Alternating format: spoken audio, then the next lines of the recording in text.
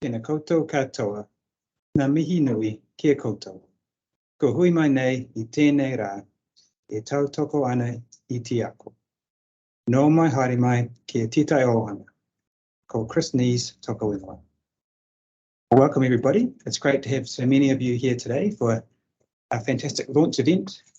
I'm Chris Nees, Acting Manager of the Economic Strategy team here at the Treasury. And along with Diana Cook's team, we've led the production of Te Tai Waiora, Wellbeing in Aotearoa, which is Treasury's first Wellbeing Report under the Public Finance Act. And the speech you're about to hear launches this report. Sadly, the Secretary to the Treasury, Caroline McLeish, can't be here today to deliver the speech as she is unwell, and I know she's very disappointed to miss this important occasion, and she sends her best wishes to everybody. But I am pleased to say that Dominick Stephens, Treasury's Deputy Secretary and Chief Economic Advisor, will lead the presentation today, and he's very well placed to do so as the lead on this project within the Treasury. A brief bit of context. The purpose of the Wellbeing Report is to better understand how well we are doing as a country, how our wellbeing has changed over time, and the sustainability of our wellbeing into the future. Alongside the Wellbeing Report today, we are also publishing a series of background papers which you can delve into for more detail on our work. Some of these papers are being published today and a few more will be published over the coming weeks. And also as part of our Wellbeing Mahi, we've been hosting a series of virtual seminars that I'm sure many of you would have been to. And we've been very fortunate to have a range of brilliant speakers from New Zealand and internationally, including most recently Professor Joseph Stiglitz just a few weeks ago. And that series is not over yet. We'll continue to have those sessions into the new year to keep the momentum going and to continue to support the debate around these topical issues within the Treasury. So just a brief overview of the session today.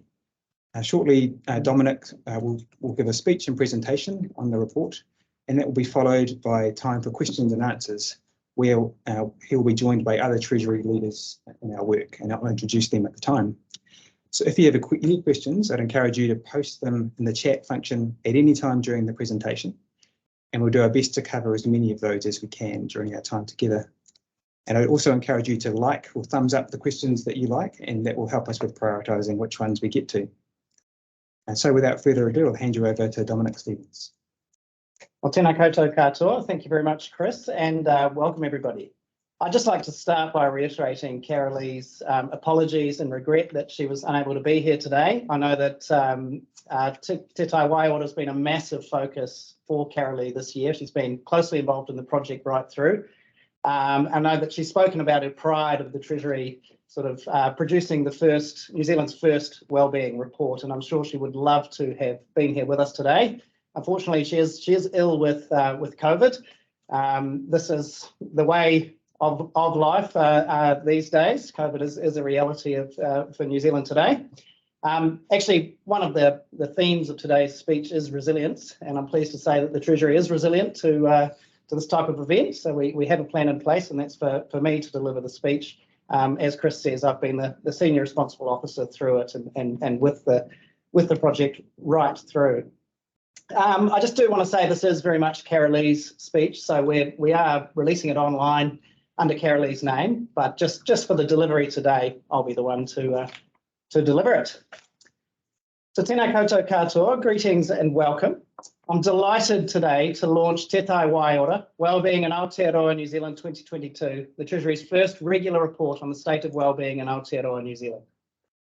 In April, we hosted a seminar to share some early findings from this work. And since then, we've been privileged to host seminars by many local and international wellbeing experts who've contributed a range of insights from the forefront of the field. Many of these seminars can be viewed on our website.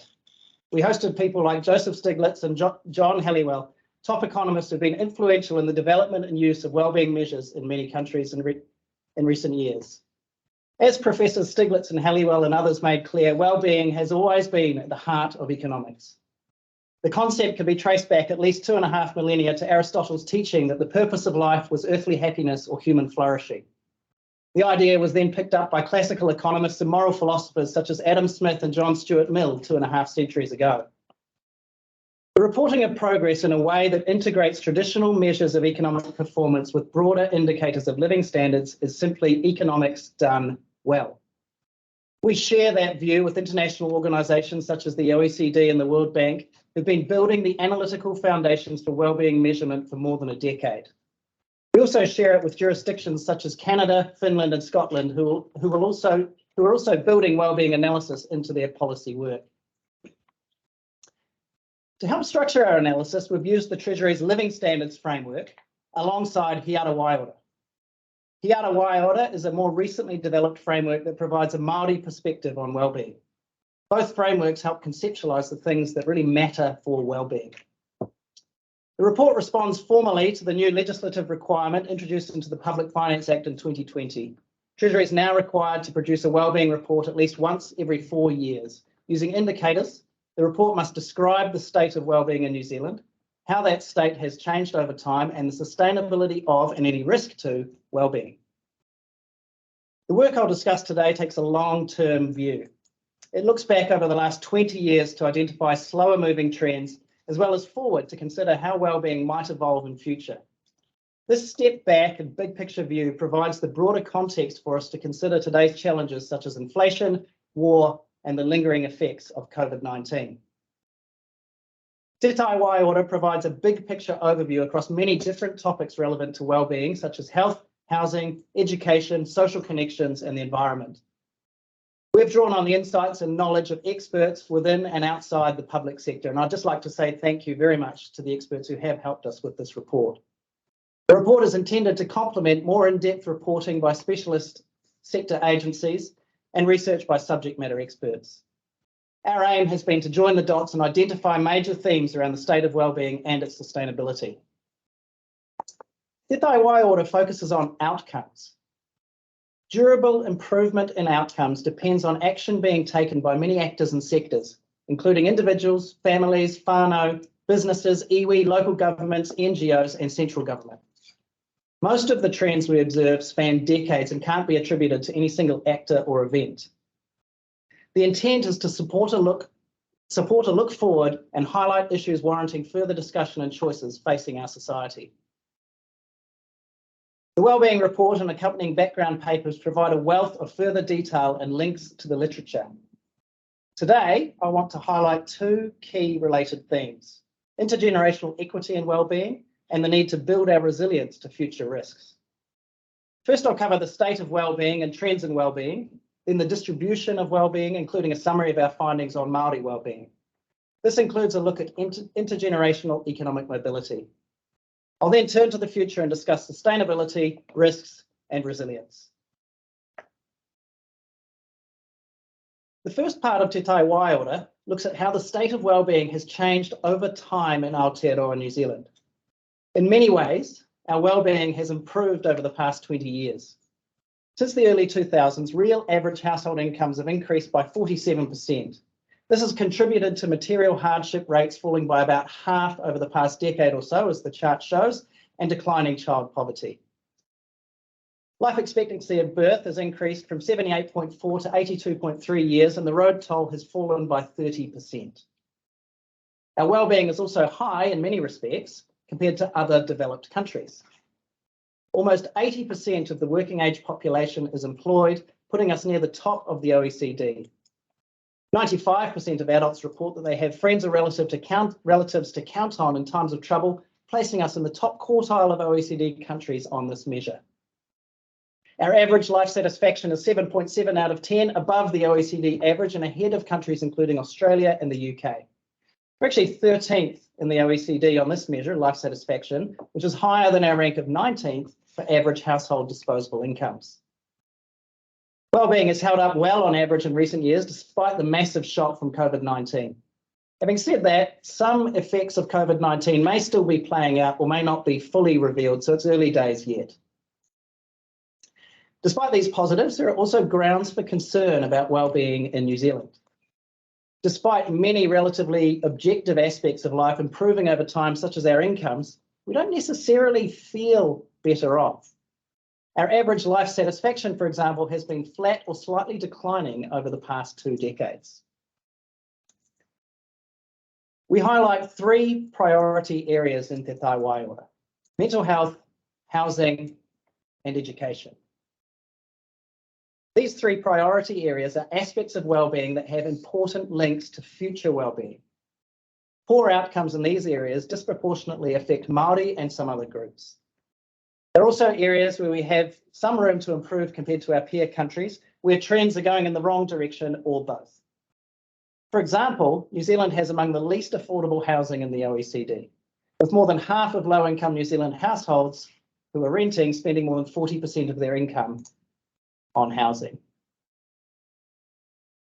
According to CoreLogic New Zealand's 2022 report, it now takes more than 11 years on average to save a house deposit, up from 7 years in 2011. Expensive housing affects a wide range of aspects of wellbeing, including by absorbing substantial disposable income. Poorly performing housing markets can also distort investment that would otherwise go into other productive types of wealth. Looking at mental health, the situation is worsening, as we can see in this chart, as it is actually in many other high-income countries. In the most recent New Zealand Health Survey, 19% of 15 to 24-year-olds were found to be experiencing high or very high levels of psychological distress, up from 5% just 10 years ago. Our teen suicide rates are among the highest in the OECD and have been high for many years. Our bullying rates are also the highest in the OECD. Finally, in education, there are long-standing trends that are moving in the wrong direction. Although the proportion of young people leaving school with NCEA qualifications is improving, average scores in reading, mathematics and science in the OECD's Programme for International Student Assessment for New Zealand have been declining for 20 years. The proportion of children reaching age 15 without basic skills has been climbing too. Over 20% of 15-year-olds lack basic numeracy skills. In addition, attendance rates have been falling over the last decade. Less than half of students in decile 1 to 2 schools now attend school regularly. Research is clear that attendance is strongly related to achievement. Let me turn now to our findings on the distribution of wellbeing. First, there's a wide and growing gap between the wellbeing of older New Zealanders and that of younger New Zealanders. All three priority areas that I just highlighted primarily affect young people. For example, in 2011, there was little difference in mental health between young and old, but the growth in psychological distress since then has been experienced almost entirely by young people. The physical and financial wealth of older New Zealanders has grown far ahead of young people's wealth, and the gap has more than doubled in the last 2 decades. One of the main reasons is the rise in house prices over that time. Poor outcomes in mental health, education and housing can affect other aspects of wellbeing and cast a shadow on future wellbeing, including that of future generations. For example, cold, damp housing can result in higher seasonal mortality rates and higher incidences of both cardiovascular and respiratory disease. The adverse trends in mental health and educational achievement suggest that as today's youth grow into adulthood, they may find it more difficult to support their own and others' wellbeing compared to adults currently. Mental health problems and low skills reduce labour force participation and earnings potential, which in turn reduces the economy's ability to support wellbeing and living standards overall. For example, the labour force participation rate for people of working age with no qualification is just 46%. This is a full 40 percentage points below the 86% rate for those with postgraduate or higher qualifications. Since the population is ageing, any future labour force problems stemming from slipping educational achievement today could increasingly affect the wellbeing of all generations. Issues affecting youth disproportionately affect Māori. With a median age of 25.4 at the 2018 census, the Māori population is much younger than the European population. Together with higher Māori fertility rates, this means that Māori are projected to make up 21% of the population by 2043, up from 17% in 2018. These numbers underscore the importance of Māori wellbeing to overall intergenerational wellbeing in Aotearoa. Te Tai Waiora includes a focus on Māori wellbeing from a Te Ao Māori perspective, using a Māori framework that helps us think about wellbeing, Te Ara Waiora. We apply this framework with the guidance of Ngā Pūkenga, an eminent group of Māori thought leaders. Indicators to support the application of He Ara Waiora are still being developed, and there's much more to do to fully develop He Ara Waiora and its application. However, the evidence available points to a number of salient trends about Māori wellbeing which are included in the document. Māori experience high levels of cultural belonging, collective identity, and communal sharing and giving. Māori are showing a faster rate of increase in qualifications than other ethnicities, with the proportion of Māori leaving school with NCEA level 3 or university entrance climbing from 25% in 2011 to 37% now. There is also a growing proportion of Māori in higher skilled employment and fewer whānau and tamariki in hardship than in the past. Some indicators provide grounds for optimism about the revitalisation of Te Reo Māori, with the number of Māori who can speak Te Reo conversationally increasing from 130,000 in 2001 to about 160,000 now. Participation in Māori culture helps sustain it for the benefit of future generations of all New Zealanders. Measures suggest that the Māori economy has been growing faster than the wider economy, representing 6.8% of national GDP in 2018.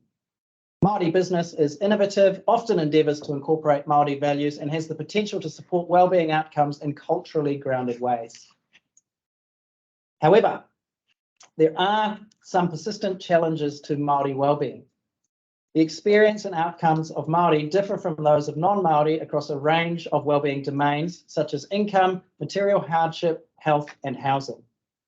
Also, although some Māori outcomes are gradually improving over time, the gaps are closing slowly at best.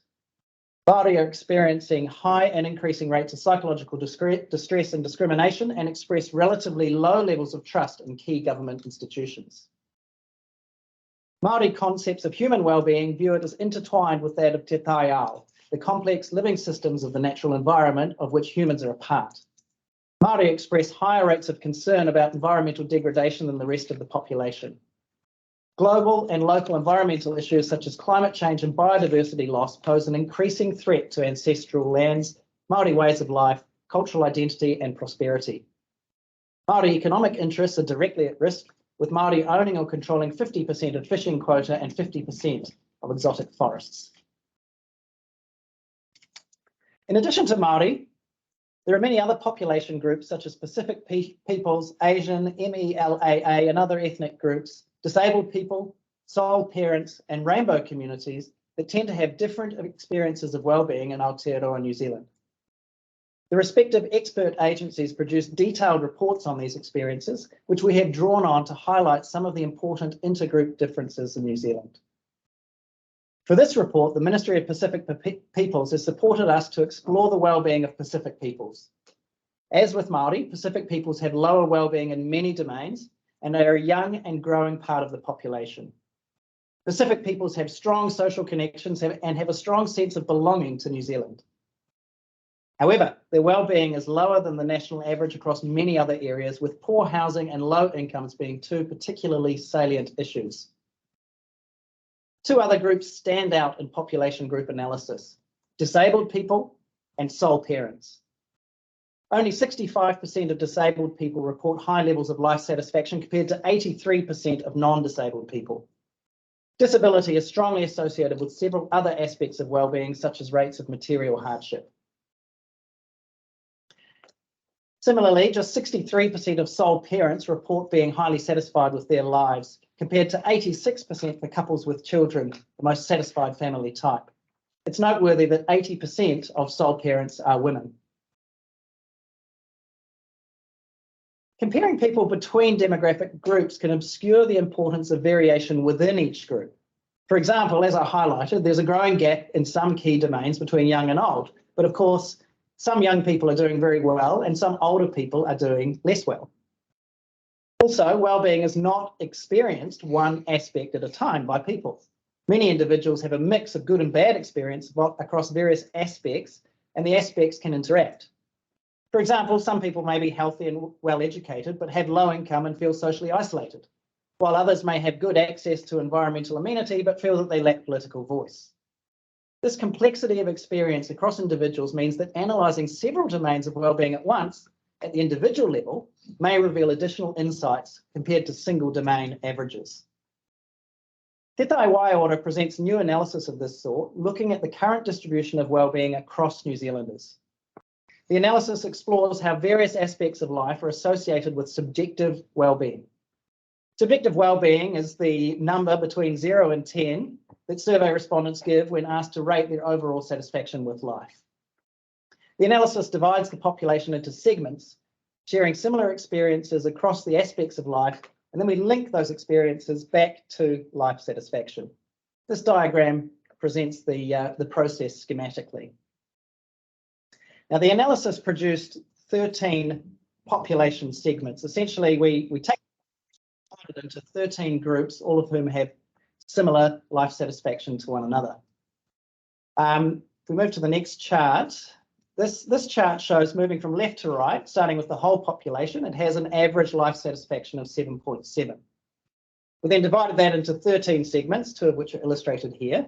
Segment 2 is made up of people with low mental health who also report not having enough income or only just enough income to meet everyday needs and who are single.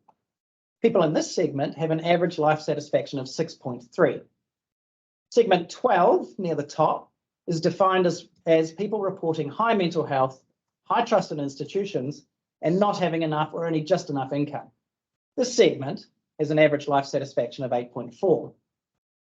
Looking across the results for all 13 population segments, in addition to the 2 shown here, the analysis suggested several things. First, the factor most strongly associated with life satisfaction is mental health.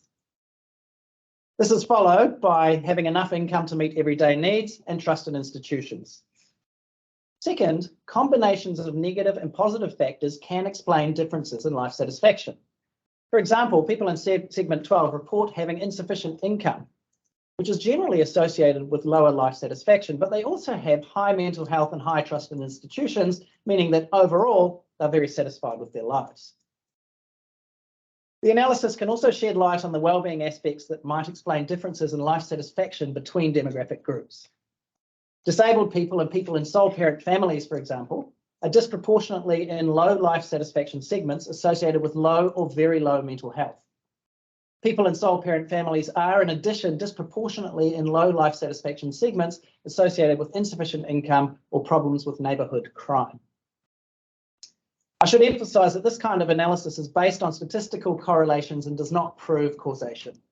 It does at least suggest that we should dig deeper into understanding exactly why mental health, for example, might be so strongly related to differences in life satisfaction between different groups. Another important topic when considering distribution is that of economic mobility across generations. Income and wealth typically increase over a person's lifetime as they accumulate work experience and savings, and as their needs change. So low income for someone at a point in time is not actually necessarily evidence of a wellbeing problem. However, low income that persists through life or across generations is more likely to be an issue. It may indicate barriers to opportunity to acquire skills, earn higher income, or save over time to meet needs in the future. Research suggests that children of poor adults are more likely to become poor themselves in New Zealand, indicating less than perfect intergenerational economic mobility. Compared to other countries, our intergenerational income mobility appears to be middling, behind those with the highest mobility such as Denmark, but ahead of a number of other high-income countries such as the USA.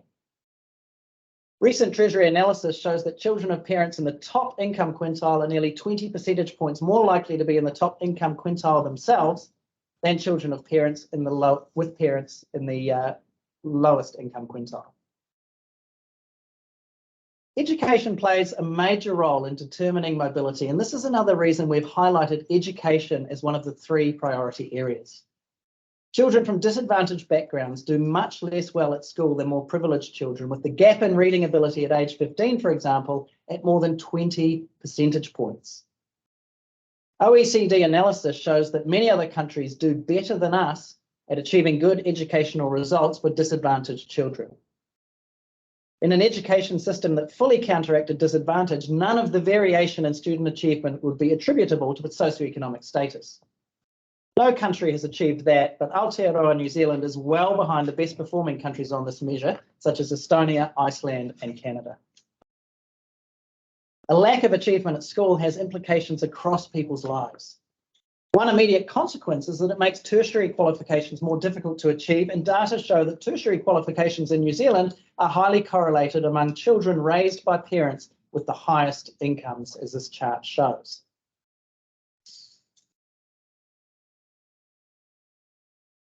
In the final part of Te Tai Waiora, we consider whether our wellbeing is sustainable into the future. The sustainability of wellbeing depends on the wealth available to support it, the risks that lie ahead, our resilience to adverse events, and technological progress. Our current wellbeing has been built on the wealth handed to us by previous generations, and here I mean wealth broadly conceived. Likewise, if we pass on to the next generation at least as much wealth as we have today, then that will give them at least the same opportunities to meet their wellbeing aspirations and capacity to deal with risks as we have today. Technological progress and productivity, the ultimate sources of growth and living standards, can boost sustainability by making a given amount of wealth more effective at supporting wellbeing. This includes, for example, by creating new ways of generating income with less impact on the environment, or lifting incomes to enable more investment in better health, education, and community services. Now, Carolee's previously spoken about the importance of innovation and productivity growth as long-term drivers of wellbeing, so I won't dwell on them here. Instead, I'll focus on New Zealand's wealth, risks, and resilience. Wellbeing can erode slowly if our overall wealth is being steadily drawn down, or slump suddenly if wealth is not resilient to large and acute risks, such as a pandemic, earthquake, or financial crisis. The links between these different concepts can be visualised in the diagram on the screen.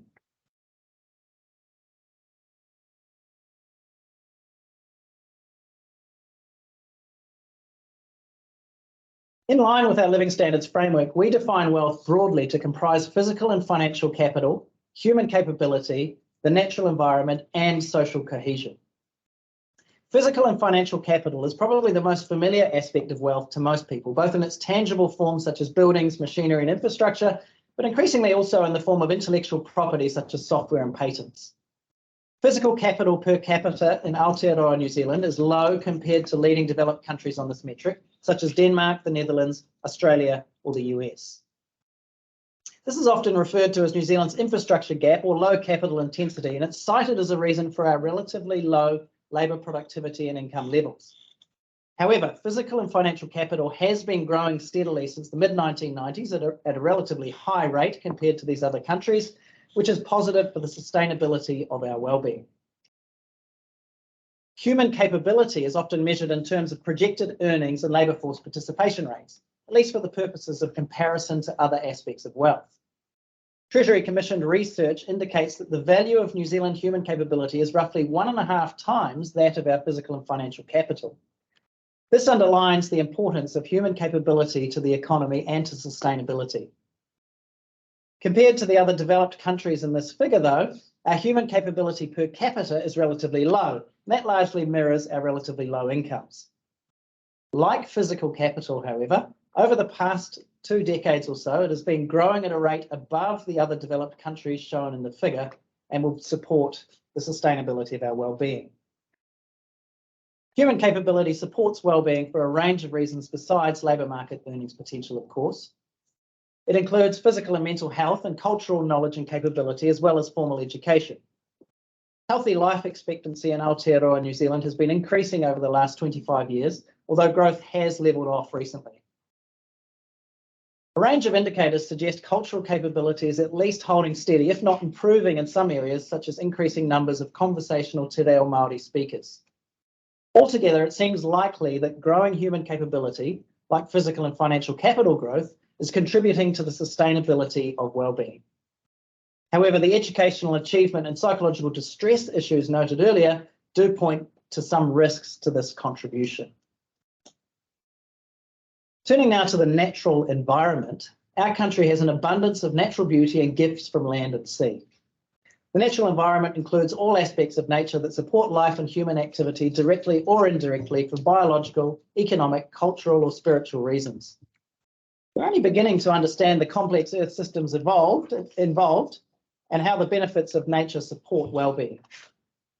There is extensive debate about how to measure the value of the natural environment and how it's changing over time. The World Bank and the United Nations Environment Programme have each produced measures for New Zealand in dollar terms. On both measures, and especially the United Nations measure, New Zealand has amongst the highest rates of natural capital compared to other developed countries. However, the two measures are very different in terms of size relative to the value of physical capital and are also showing very different trends. The World Bank measure is about a third the size of physical capital and is increasing, while the UN measure is 5 times the size of physical capital and decreasing. The difference reflects the two organisations counting different components of the natural environment differently and using different techniques to estimate dollar values. Both organisations recognise that their measures are incomplete in a number of important respects and that the natural environment valuation methods are not yet well settled or standardised. Although these measures disagree on whether natural environment wealth is increasing or decreasing in dollar terms, a wider range of natural environment indicators suggests ongoing pressures in many locations in our country. These include nutrient runoff to coastal areas, pest prevalence, and continuing threats to the existence of many species. Most significantly, the global climate is changing. There is strong international scientific consensus elaborated in reports by the Intergovernmental Panel on Climate Change that human activities may be pushing aspects of the global environment close to or beyond certain biophysical limits in some locations at least. In New Zealand, the impact of climate change is already evident in a 20-centimetre rise in the average sea level over the past century. These trends suggest a clear risk ahead of declines in our natural environment wealth, if it is not declining already in many important respects. Finally, wealth in the form of social cohesion, or the fabric of society, plays a key role in facilitating human connections and economic transactions. It's probably the hardest of all to measure in dollar terms, even though everyone recognises how important it is to well-being. We can still get a sense of how it may be changing. Survey measures of people's trust in others and in the authorities and satisfaction with political representation have historically been strong in New Zealand. During our COVID-19 response, surveyed trust in others and institutions was higher than the OECD average, at least initially.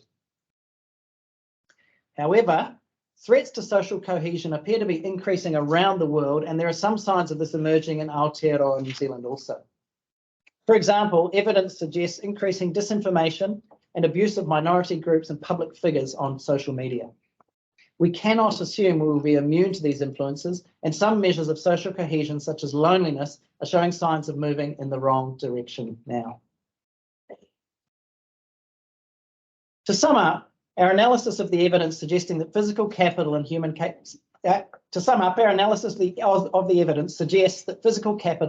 capability are increasing. There are signs that the natural environment is deteriorating in some important respects, while social cohesion appears broadly stable for now. We thus can't be certain whether overall wealth is stable, let alone increasing.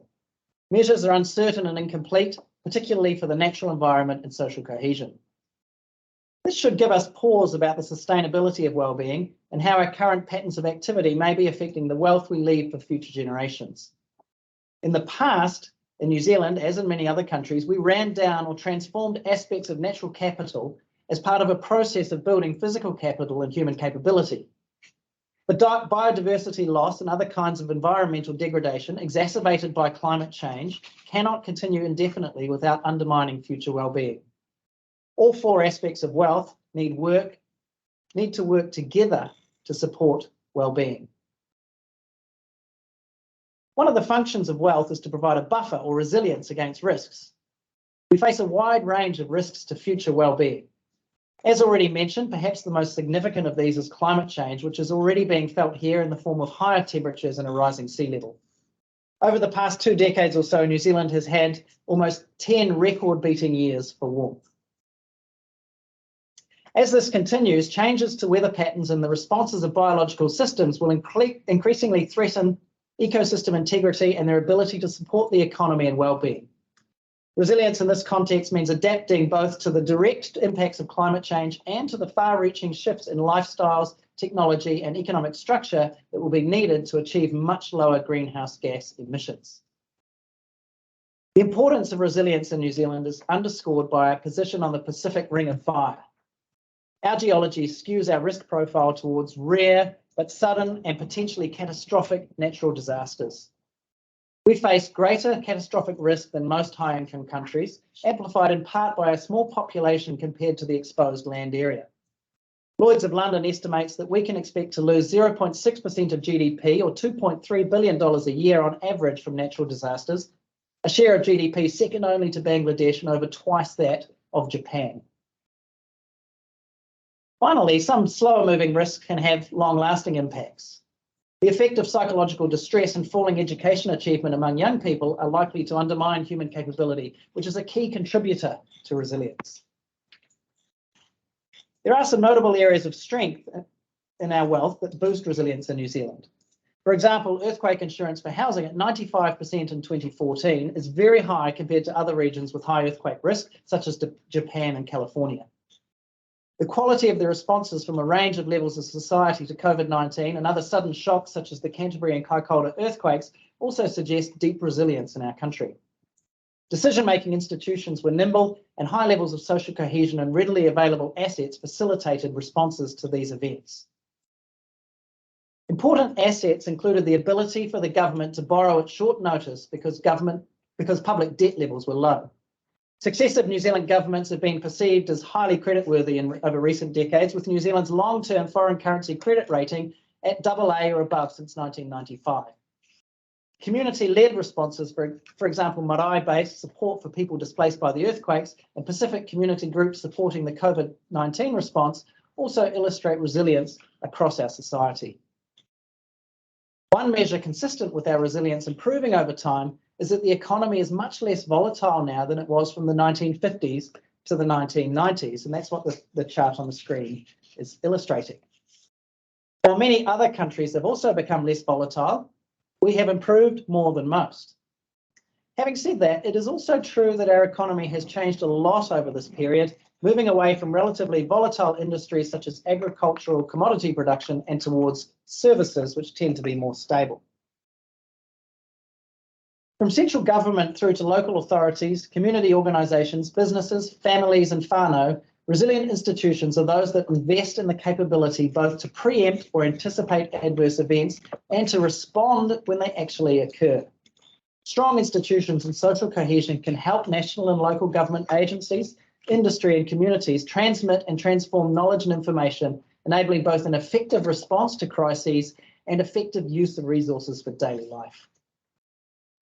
But building resilience, like anything else, is seldom free.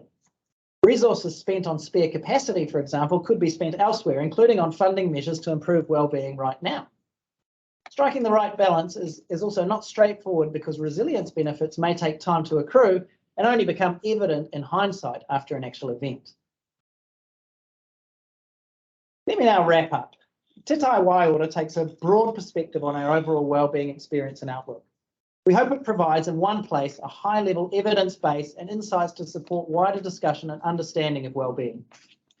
Improving wellbeing means more than just increasing income, although that is of course important. It also means attention to the other things that make life worthwhile: good health, strong social networks, and a clean environment, just to name a few. Our findings suggest a number of areas of strength to leverage, as well as issues to address.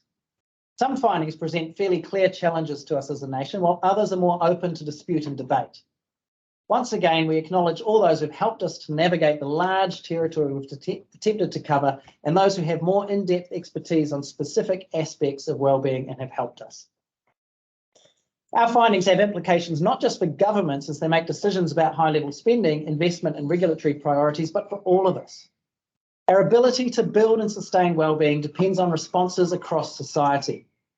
The challenges are long-standing, the problems are complex, and addressing them durably will require broad action by many actors and institutions at many levels. Given the risks to our wealth, I've noted, the material foundation of our wellbeing needs to change if we want to ensure that our tamariki and mokopuna have the same or better opportunities as we have to meet our respective wellbeing aspirations. The decisions we make as a society should prioritise activities where the long-run wellbeing benefits most exceed the costs. To underpin future wellbeing, this may include investment in innovation to reduce the resource intensity of human activity while strengthening institutions and social cohesion to support resilience and enable us to better solve collective problems. Te Tai Waiora also points to areas for future research and analysis inside and outside the public sector. Many strands are already underway. This includes better understanding the causal drivers underlying the issues that we've highlighted, improving data collection and dissemination for the analysis of wellbeing, and applying the work to the nuts and bolts of policy. By helping us to think broadly for the longer term, including about distributional issues within and across generations, we hope the report will strengthen collaboration across the public service on our common challenges. As always, economics is about choices. In a world with limited resources, increasing our understanding of the things that make the greatest difference to people's lives now and in the future is essential. Te Tai Waiora provides such an analysis to inform better choices for current and future generations. I'd like to finish the speech now with a whakatauki. Mā te whakaatu ka mōhio. Mā te mōhio ka marama. Mā te marama ka mātou. Mā te mātou ka ora. With discussion comes knowledge. With knowledge comes light and understanding. With light and understanding comes wisdom. With wisdom comes wellness. Tēnā tātou katoa.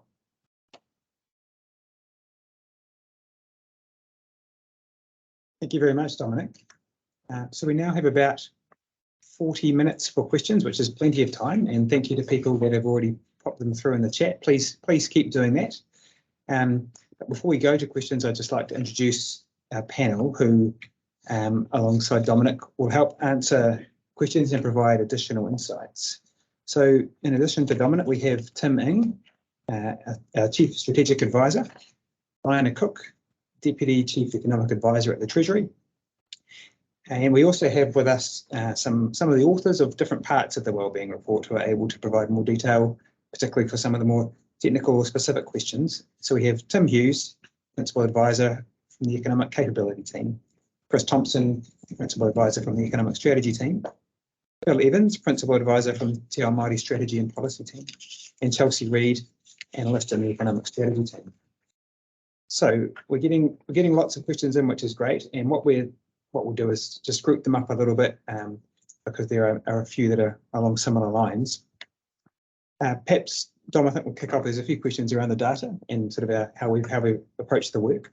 So first question there is, have we looked at a comparative analysis of median trends versus average trends? And the question is driven by the potential for there to be differences, say, around having a few richer people and many poor people, which might be concealed by just using averages.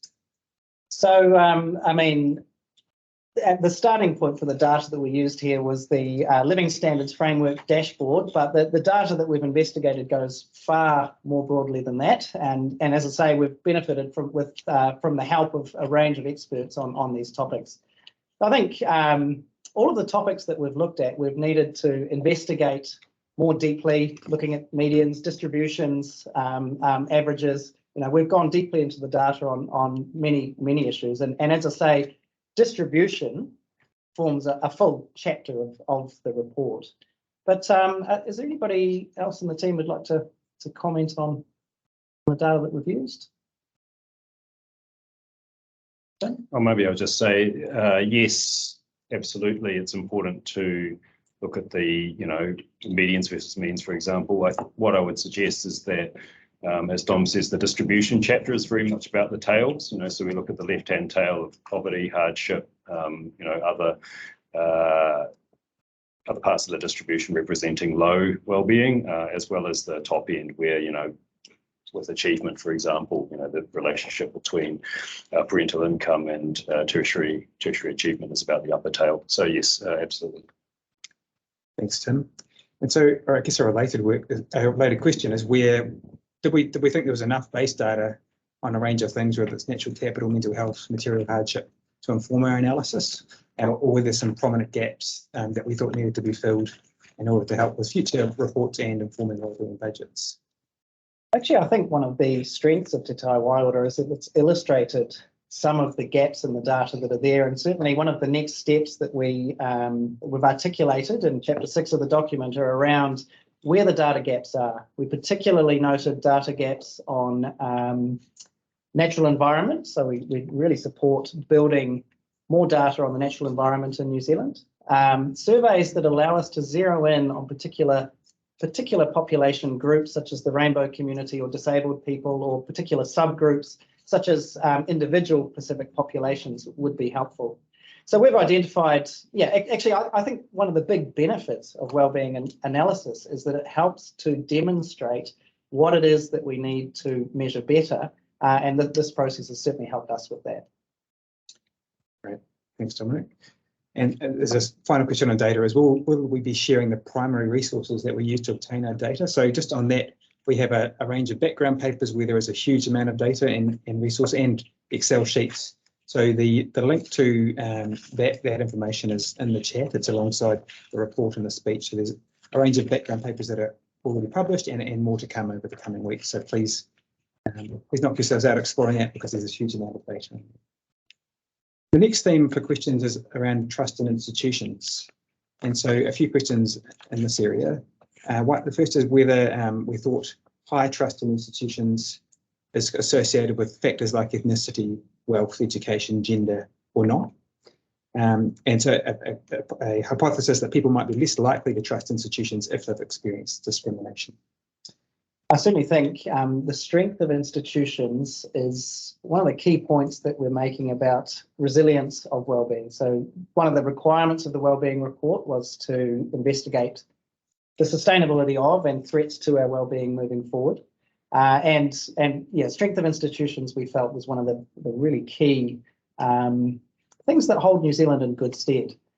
I think the answer is yes. Trust in institutions does vary by ethnicity, and I think I'll throw to one of the experts on the topic. I think Tim Hughes, did you look most closely into that? Sure, absolutely. Phil and Chelsea might want to add something as well from a Maori perspective, but it is quite striking that trust in institutions is quite closely associated with wellbeing in general, and the 10 types of groups who tend to have lower wellbeing on average also tend to have lower trust in institutions. And there's also evidence from a range of different sources that those groups are also more likely to experience discrimination, both in their engagements with those institutions and in their engagements with others. So this is an issue, I think, that's really important, both from the perspective of the wellbeing of the individuals in question, but it also feeds into our wellbeing as a whole country. And that's why we have social cohesion as one of the 4 aspects of our wealth. And one of the reasons we added institutions into the Living Standards framework is to recognise that the way in which our institutions operate, our government institutions, but our social, our market institutions as well operate, provides benefits in the now, here and now, if they're working effectively, but are also in a position to either safeguard our future wellbeing by promoting social cohesion, or on the flip side, if they're not doing a good job, can potentially be an endogenous risk to future wellbeing as well, if they're operating in a way that is leading to a fracturing of society. So yeah, it's absolutely a really important issue, and that's why we highlight it. Pai tēnā koutou, I'd just like to add to that. Ko Phil Evans toko ingoa, ko Taranaki te maunga, ko Ngāti Mutunga te iwi, huri whakatitonga, ko Kaitahu te iwi, ko Oraka te moana, ko Aparima te awa. Tēnā koutou. I think undoubtedly, as has been pointed out, the mistrust in institutions is very high for Māori. I think there's some of the factors have been already discussed as well, discrimination being probably a strong correlation. There's also the history of the country that plays into this, which is not a topic of this document and can be read about elsewhere. But I think there's also maybe implications for how institutions interact with each other as well. If you think about the treaty relationship in the Kāwanatanga sphere and in the Rangatiratanga sphere, and between Brown and Pacific communities, for example. I think the COVID-19 experience has started to show some of the potential of those groups working better with government institutions to deliver for communities. Kia ora tātou. Kia ora, Phil. And there's a further question in there, which I think is probably best directed at Stats NZ, but they note that I think in effect, if people don't trust public entities, then how do they fill in surveys when public entities are asking these questions? I think it's a good point, and you'll see in the report for a number of the data sources we use, we put error bands around, and that reflects, I guess, relatively small sample sizes for some population groups, and that is an issue that we can't do much about, but it's a point well made. A couple of questions on the environmental side of things. So the person says we're only, if we're saying we're only starting to understand the value of the natural environment for well-being, that sounds like a very westernised view of the world, and many cultures, including Te Ao Māori, understand that need. And so the question is Treasury advising on this need for protection and legislation, for example, of the new RMA? Well, certainly, the Treasury certainly is uses a variety of perspectives to approach all of the issues that we look at. So the Living Standards Framework and Te Tai Waiora that we've used in this report are part of Treasury analysis for, they're just tools that the Treasury uses to provide advice to decision makers throughout. We do think it is important to note that there's no one conception of well-being. Trade-offs or the integral nature of the environment can be looked at in different ways, and perhaps those trade-offs and decisions are perhaps best made by elected officials. So this variety of tools that we have and a variety of ways to look at issues is something that, it helps us to inform elected officials and some of the key trade-offs or decisions for them to make. Thanks, Tom. Okay, and a question around well-being over the life cycle, and maybe this is a question for the Tims. So do we have research on life satisfaction in whānau and through generations? The question is, what does life satisfaction cycle look like? Very good question. As far as intergenerational life satisfaction, I don't know, I'm not close enough to the research to know, but what I do know is that there is a pretty clearly established relationship now about subjective well-being over a single life. People talk about the U-shape in life satisfaction, meaning that you tend to be pretty happy basically when you are relatively young and into young adulthood, and then there's a dip through to middle age, and then things get better again. And there's a lot of psychological literature about why, what might explain this U-shape. But no, I think it's a highly relevant issue, and it goes back to this question of, how do we understand how people's lives move and what the impacts of different aspects of well-being are over people's lives, and therefore how do you set policy to affect that?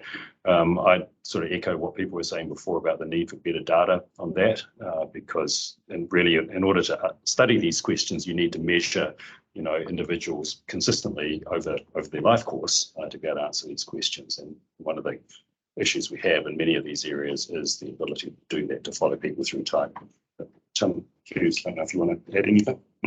Yeah, I was going to make the same point about the U-shaped curve, and you can see that cross-sectionally in the LSF dashboard, that pattern shows up. But I do think it's worth noting that it's a relatively shallow view, and John Halliwell talked about this, didn't he, in his seminar, the fact that it's better thought of not as a biological thing, but as just reflective of the different contexts that people find themselves living in across the life course, and those contexts are amenable to policy intervention. And the U-shaped curve is different in different countries, and it's not U-shaped in every single country.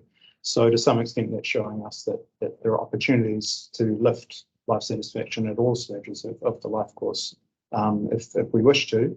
And the fact that life satisfaction is often lowest among people who are about my kind of age is the fact that they tend to have kids, quite often have kids, and that adds a lot of stresses and pressures that public policy can do a better or worse job, and many other factors as well can do a better or worse job at helping people deal with. Just on the whānau aspect of that question, I do recall seeing a paper, I forget who wrote it, looking at the relationship between self-reported whānau wellbeing and self-reported life satisfaction, showing that there is a relationship, which is interesting in many ways. One of the things that highlights is that it's not necessarily a hard trade-off between collective wellbeing and individual wellbeing, but the two can potentially be sustaining of each other. But one of the important limitations in the data that we note in our reports is the way in which families are defined in a lot of the surveys that Stats New Zealand and others do. very narrow, even in a non-Maori context, don't really account for modern family situations. And we report a number of figures related to sole parents, but there'll be a wide diversity of different experiences, I'm sure, among that group. And we also lack data to really understand the intricacies of whānau structures and how they relate to wellbeing and supports that are offered among whānau members. So that's definitely an area it'd be great to see more research on in the future. Got it, Tim. Moving to a couple of comments really about education. First is maybe Tim, while you've got the floor, you might want to continue on this one. So the point is made that higher qualifications only equate to employment for non-disabled people, and that many qualified disabled people experience barriers to employment with discrimination or accessibility. I mean, I think we'd agree with that, right? There's a section on wellbeing of people with disabilities in the report, and you note those type of discrimination that can occur. Yeah, absolutely. One of the more detailed points that's in the papers that didn't quite make it into the speech is the sort of the complex relationship between education and labour markets. So we talk about an average and in aggregate, we have quite high employment rates, and that's generally a positive thing. There's good evidence to show that employment is supportive of life satisfaction, but there is still a group of people on the margins of the labour force who are either in and out of it or excluded from the labour force altogether, including many disabled people.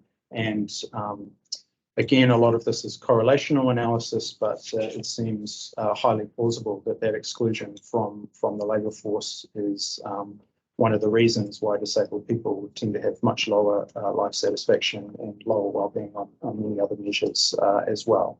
So labour markets are a really important tool, a really important institution to help support wellbeing in a country.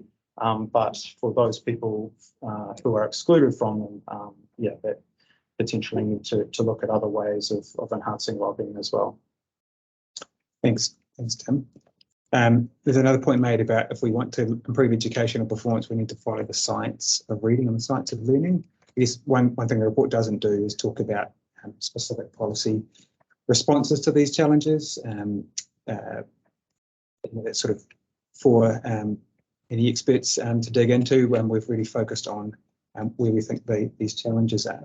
But that's probably a good time to move to it. There's a few questions around policy, Dom, that you might want to make that broad caveat about. But I guess one general question there is, do we are the capabilities of Aotearoa New Zealand as a country that are required to make changes to address all these wellbeing challenges? Are we tracking those?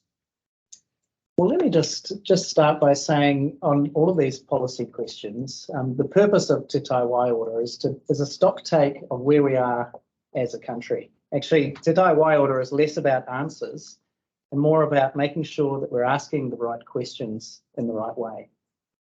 If you're constantly asking about GDP and the economy, you'll only get answers on that. Or if you're constantly asking questions in a narrow way, there's a health problem, how can the health agency fix it?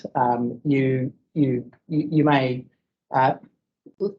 end up with less rich answers.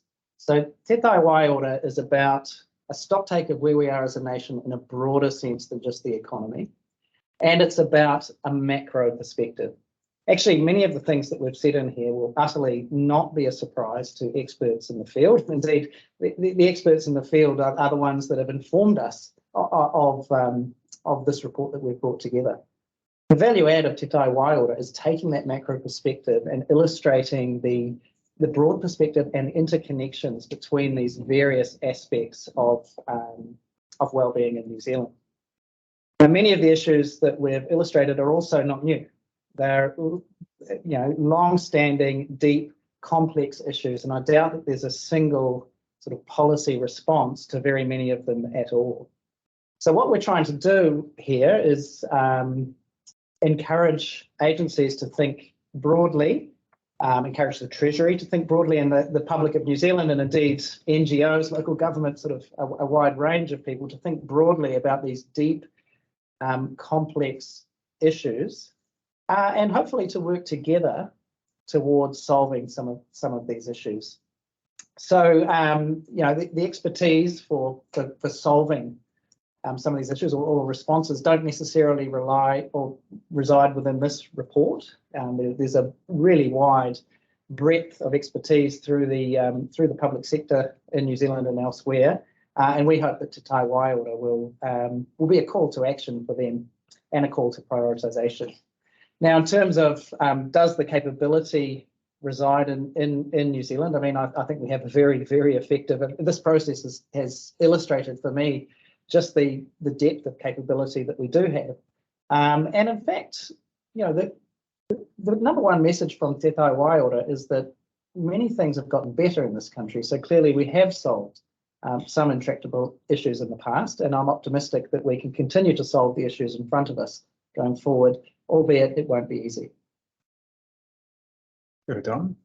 Look, just returning to the education theme, Diana, did you want to just add to the discussion around the issues and the drivers? Yes, thanks, Chris. I just wanted to put some context around our points about the education system and recognise that the education system in New Zealand does work well for many students. On average, 15-year-olds do rank relatively highly in reading and science compared to other countries and around the average for maths. And we've also been seeing an increase in the number of young people leaving school without qualifications over time. But we just think we can't be sanguine about this decline over time in reading, maths and science. And also to recognise that the trends around these are the drivers around these are very contested and complex.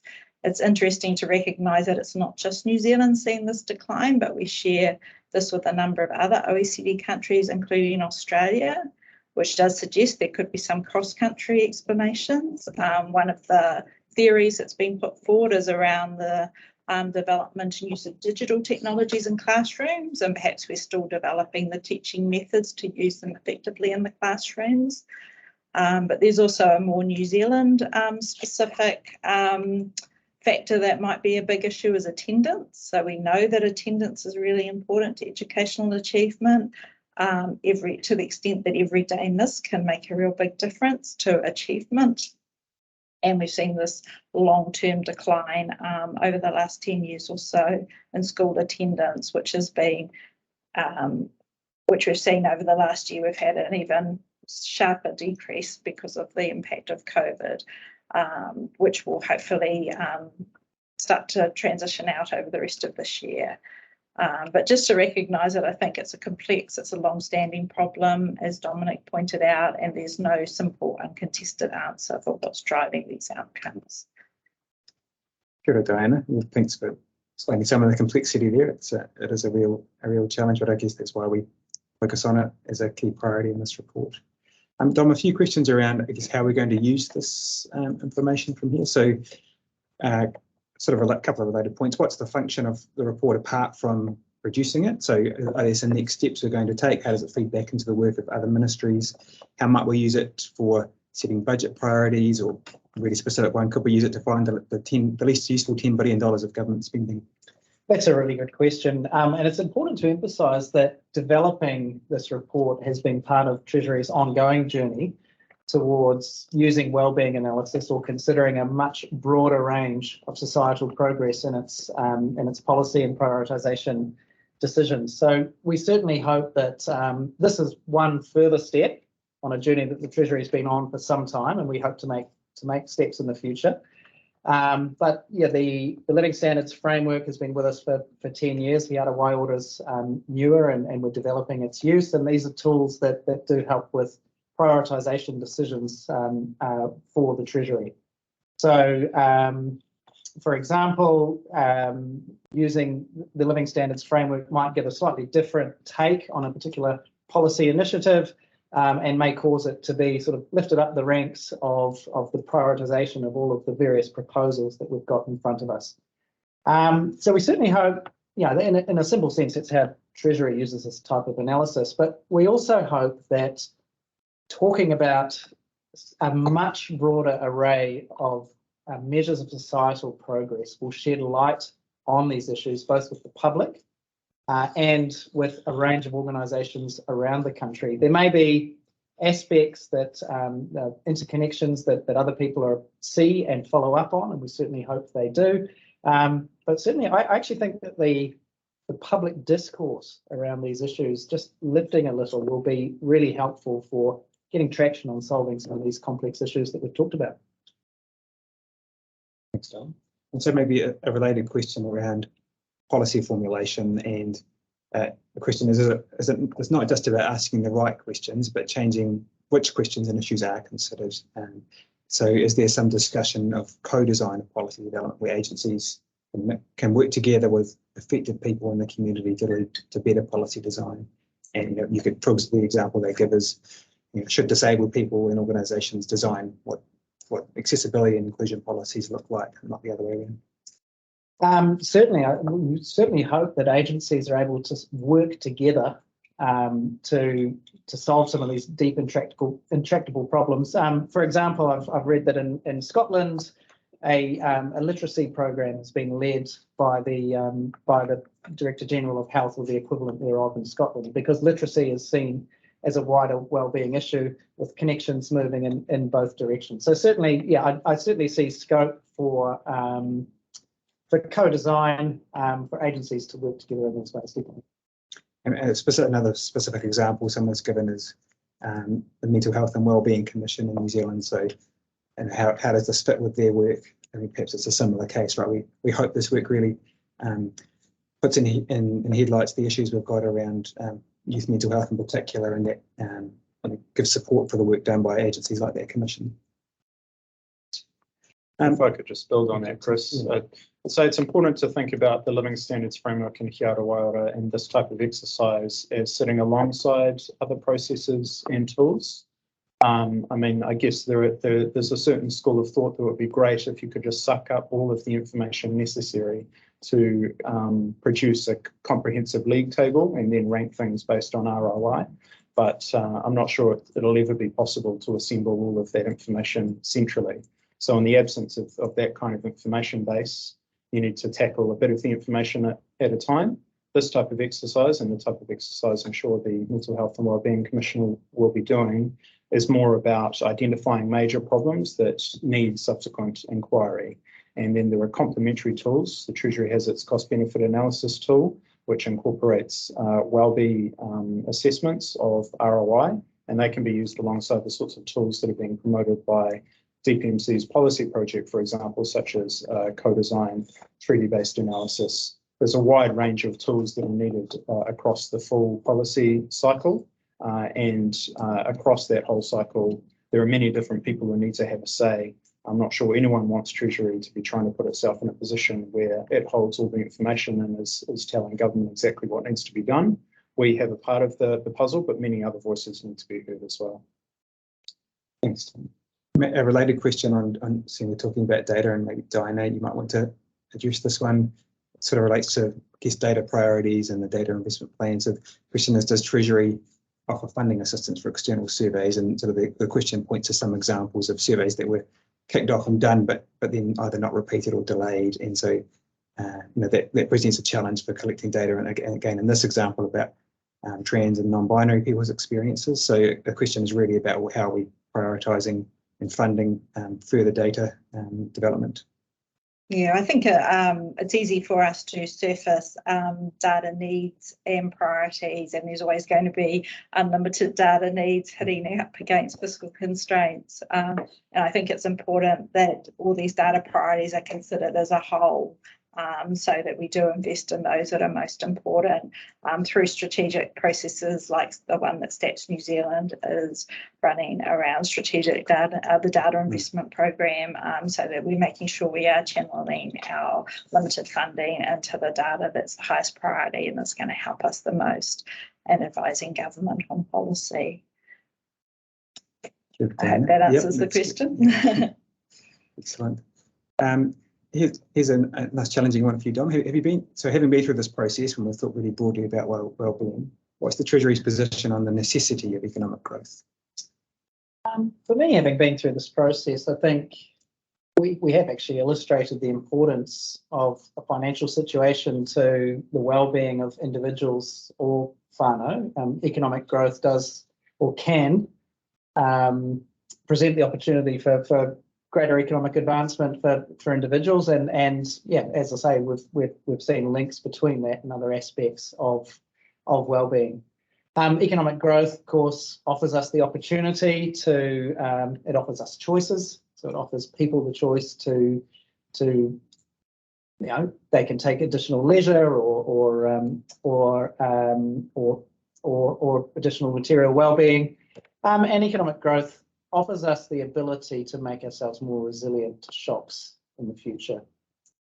Are there other perspectives on? Yeah, I mean, my perspective would be that absolutely it's going to be difficult to achieve the kinds of change in society we talk about to address these issues and challenges without some way of funding it. That's what economic growth is really. It's a way of generating more income. The issue, which we try to also to say and explore in the report, is that you want to achieve growth in income and incomes generally without running down your wealth, and the history of as Dom said in the speech, the history of building up things like physical capital, human capability, that has come at the expense of very large transformations to the environment, and we're seeing the effects of that, not just climate change, but biodiversity loss and so on. So the question is not so much is it more growth or less growth, but can we get the right sort of growth, growth that lets us achieve what we want to as a society without undermining the sources of growth, if you like. And I guess I would add to that, link to that, is the importance of productivity growth. So as a way of doing that, so both in terms of the narrow sense of economic performance, getting more output out of your inputs, but also in the broader sense of how effectively we use our capitals to generate well-being. So doing that in a way that we can support current well-being, but also be investing in them for future well-being. So I think productivity growth continues to be an important focus of the Treasury in the narrower and the broader sense. Kia ora team. So move to a question. Dom might want to take this first, but then others might want to jump in. A question around local government and local government wellbeing. So the promotion of wellbeing by councils is part of the purpose statement of the Local Government Act. And so the question is, how do we see the link between this macro report that we've delivered today at the national level and local monitoring and reporting of wellbeing at local communities? Yeah, I know that wellbeing reporting is being taken up at all levels of government. We're involved in wellbeing networks internationally. We've talked to Scotland and Wales, state governments in Australia. Sort of all levels of government are getting involved internationally, and in New Zealand, I think it was the Waikato wellbeing framework was developed. So yeah, this is wellbeing analysis is a growing trend of governments at all levels. Something we'll be doing next year is a series of regional seminars illustrating Te Tai Waiora in various regions of New Zealand to get local conversations about a broader conception of how society is moving forward going. Can I just link that to what Tim said before, is that we don't want anyone to think that Treasury is trying to control everything and say how everything should be.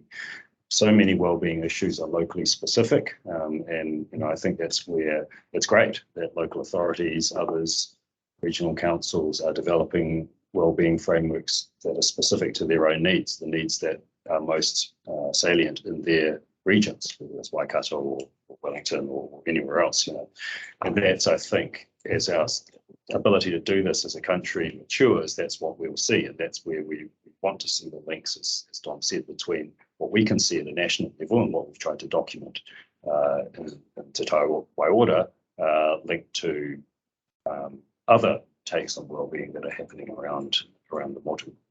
I'd actually, just to add a little further, we did a regional roadshow a number of years ago, and I was very humbled by some of the examples of agencies working together on the ground to wrap around services and to promote wellbeing locally. Just to see those examples locally was amazing. I mean, Te Tai Waiora and the Treasury, naturally, by our nature, we're taking a bird's eye view. We're providing a stock take of how wellbeing is progressing at the national level. But yeah, that regional roadshow really illustrated for me the work that's going on in the way that agencies are already working together to try to get at some of these thorny issues. Thanks, Tom. I got a related question actually on communication and engagement. So question is what efforts are being made by the Treasury and others to communicate Te Tai Waiora, not just to specialist agencies, but to all segments of our population? So there's been a press release today. We'll be doing media interviews immediately after this, and I think that's a very important part of the process. Actually, I think that the very act of the Treasury and the government or the Public Service of New Zealand talking about wellbeing and talking more broadly than just GDP and unemployment is a very important part of this process to show people that societal progress is about more than just narrow economic measures. So I think that media function is a very important part of it. But as I've already mentioned, next year we plan to do a regional roadshow where we'll sort of talk about Te Tai Waiora with local audiences. And also I think it was very important for me that the document aims to speak to ordinary New Zealanders. So we have had a lot of in-depth conversations with real experts and with real experts on wellbeing. And many of the background papers will be things that for those experts, maybe we've pushed things forward a bit, and that's where they'll find that type of work. But I was really keen that Te Tai Waiora speaks to the people of New Zealand, because I think promoting these issues around the country and just for people to hear us speaking about a broader range of topics is crucial. So great question. Thanks, Tom. So I think you're saying people can expect to hear lots more from us, which is great. Question would sort of change your tack a little bit. The question around sustainability, which maybe Tim Ming, I'll ask you to give some thoughts on first. So how is the team drawing upon the field of ecological economics and sort of making the point that without a living planet, there won't be any wellbeing for anyone, which I think is a point well made? Yeah, I think it links to another question that I saw come up, which is quite salient in this respect, which is about the comment that we have in the report that we're only just beginning to understand the value of the natural environment. And that statement was intended to say, the science is emerging, as well as, better conversations happening between Indigenous views, for example, about the importance of te tai. So I would say that the answer to your question is that's how we're drawing upon it. We're trying to understand better the different perspectives on how the natural environment from a scientific point of view contributes to human well-being through all the things you can think about: biological importance of clean air, the genetic resources and species diversity, etc., but also different value frameworks that exist, towards the environment and its relationship with humanity. I think ecological economics I would put in that camp, and that's to, I suppose, reorganize the way we conceptualize how humanity relates to the environment compared to the, if you like, more traditional view of viewing the environment as a source of resources. So I think we are pretty attuned to the issues there. We wouldn't say that we fully understand it by any means. I don't think anyone does. And that's what we're trying to say with that statement in the report, is that that's, for all of us, what we really need to get our minds around if we're going to reverse the sorts of deterioration in the environment that we're all concerned about. Thanks, Tim. Can I just add to that, Chris?